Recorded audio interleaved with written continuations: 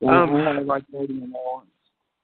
Blake, you touched on a bunch of things there that we could get into, but this is actually in the subgenre of murders called dump jobs, which is one of those things where you just like kill somebody and then just dump them somewhere, and that's basically what happened to the Grimes sisters. I mean, I assume they were murdered, but the one thing I've never been able to find was a plausible reason why they were killed.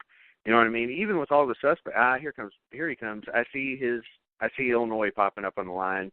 And 3, 2, come on. There it is. What's up, Ray? How you doing? It worked. Let me give the man a proper intro. The man who I feel like is responsible for why a lot of people that I know or a lot of people that we've spoken with know about this case, the Grimes sisters murder. See, outside of Chicago, at the time it might have been really well known, but I think it's kind of been forgotten in the history annals nationally. And you kind of brought it back to the forefront. And it's amazing, Ray, I listened to 3 different podcasts about the Grimes sisters murders, and every one of them mentioned you. Every one of them. Well, that's nice. Yeah, and trust me, they were all in positive lights, too, so I was pretty happy about that.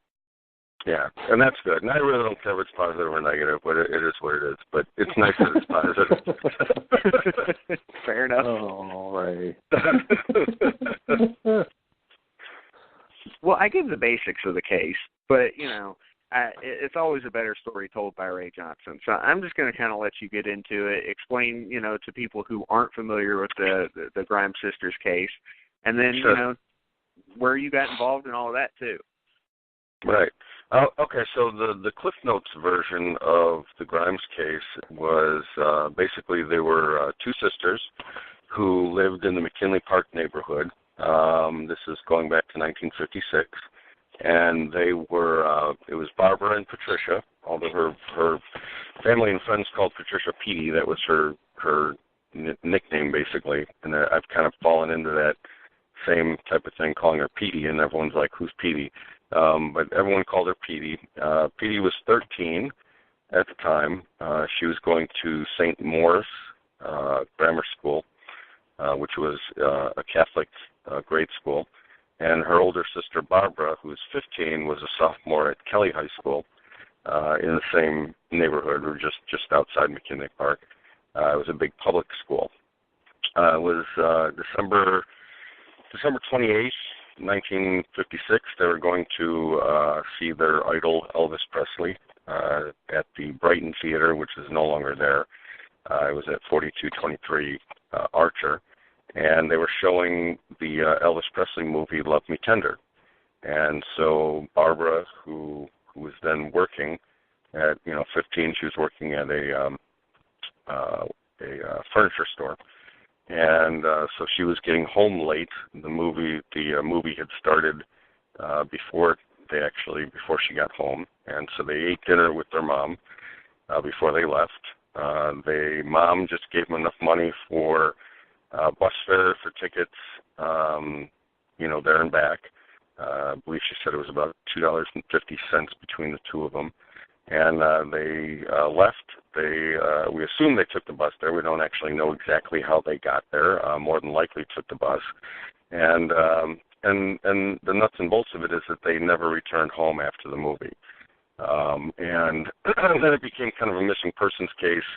Originally, the mom was concerned right away, Loretta, their mother, because it wasn't like them not to come home after the show. Their older sister, Teresa, and brother, Joey, went to the bus stop that they were supposed to get off on coming back, and they didn't show up. In fact, I guess 3 buses had gone by, and Joey actually flagged down a cop who was on the beat at that point and said, my sisters didn't come home from the movie, and the cop really didn't take him very seriously. It was like, oh, they're out partying, or they're out with their boyfriends, or whatever, they'll be fine. And the mom didn't buy it for a second. She went out and kind of made contact with the neighbors that night, gave the police a call about 2 in the morning after, nobody had seen the girls. And it just became kind of a missing persons case for a while. And while they were missing, actually, they were missing for about a week before the police took it seriously. and or actually before they thought, okay, something's really wrong, they're not just out with their boyfriends or whatever. And then Elvis Presley himself got involved and actually issued a statement that said that, if you guys are good Elvis fans, you'll go home to your mom. And so, there were a lot of, it wasn't so much that there wasn't any leads in the case, there were just so many to follow up on, because once it made the papers that the girls were missing and Elvis got involved, then it became a national story, and then everyone saw them. I mean, literally, they were dressed, they published photos of the way they would have been dressed that night, and then, of course, they looked like every other 15 and 13-year-old girl in the 50s. So everyone saw them. Then there were people calling in from Memphis saying that they saw them down in Tennessee. They came to Tennessee looking for work because they wanted to try to go see their idol Elvis, and bus drivers and taxi cab drivers and movie theater managers, and everybody saw the girls, supposedly. And then on January 22nd is when it turned from a missing persons case to a murder investigation. And that's when Leonard Prescott, who was living in the Burr Ridge, actually he was in unincorporated Hinsdale, was driving down German Church Road, which is in unincorporated Burr Ridge, and saw what he thought were two mannequins laying on the side of the road. So he stopped actually, the weird thing is he went home, got his wife, went back to the scene first before he investigated it any further, and then saw there were actually two nude bodies of young girls. And they reported it to Willow Springs, who then reported it to the Cook County Sheriff's Office, who reported it to Chicago, and then it was a media circus at that point. And that's the nuts and bolts of the story.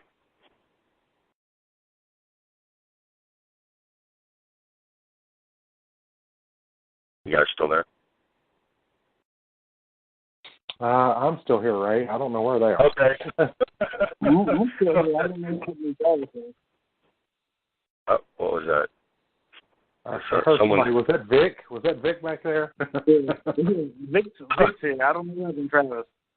I'll find out. Maybe he died. Yeah, there was. I think we lost him. So that'll be the next murder mystery. I'm here. Look, you know what happened? I got a new phone. I muted it while you were talking, and I couldn't figure out how to get back to the mute screen. All right.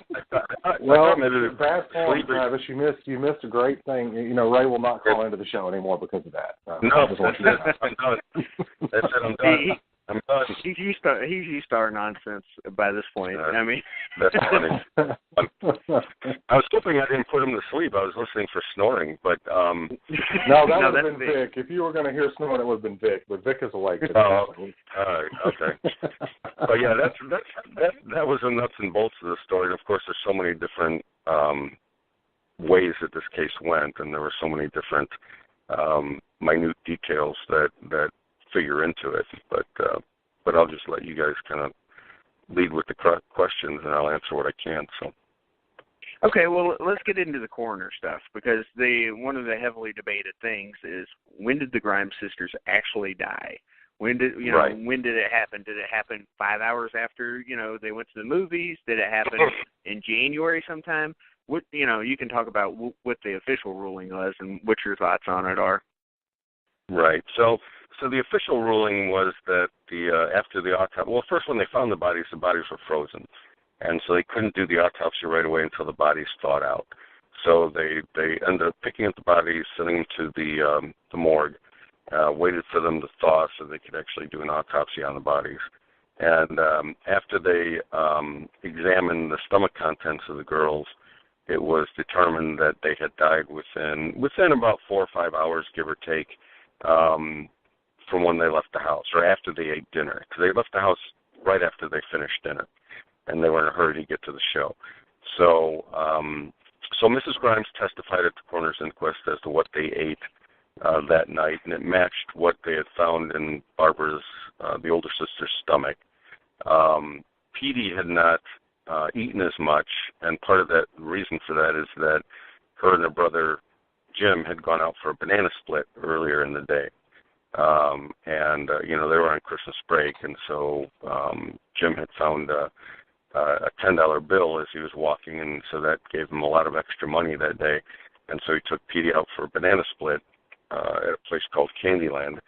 And so she wasn't really hungry for dinner because the ice cream kind of killed her appetite.